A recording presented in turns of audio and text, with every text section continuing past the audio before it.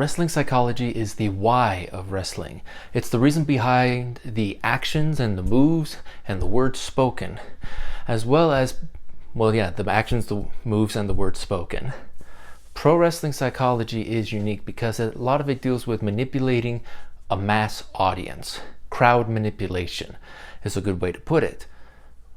Pro wrestling psychology can be broken down into simple steps, but it's different in each market. The three most popular markets for pro wrestling are the United States, Japan, and Mexico.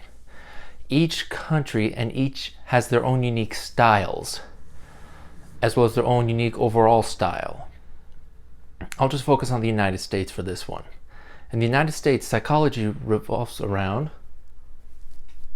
that's a fly. In the United States, wrestling psychology revolves around good and evil, a good guy and a bad guy.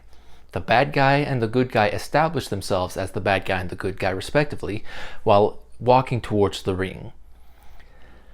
And they also establish themselves by the actions they take. The bad guy shows frustration that he can't beat the good guy. In typical wrestling, American wrestling, the bad guy is not a better wrestler than the good guy. I'm speaking in general terms.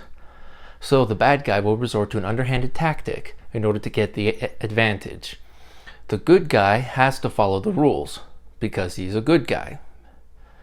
And people cheer him for following the rules. Now the good guy's job is to get beat up and then make a comeback. The bad guy's job is to beat up the good guy and make people want to see the good guy beat him. Let me repeat that because that's important. The bad guy's job in American wrestling is to beat up the good guy so much that the fans want to see the bad guy get beat. I'm going to repeat that last part because it's important. The bad guy's job is to make the fans want to see him get beat. So that no matter who the good guy is, the fans will erupt into a roar when the good guy finally makes a comeback, gets a second wind, and beats the living snot out of the bad guy. And then at the end, it doesn't matter who wins or loses, unless of course it's unique to the story being told. What matters is the fans need to want to see the good guy win. And that's an introductory lesson on wrestling psychology.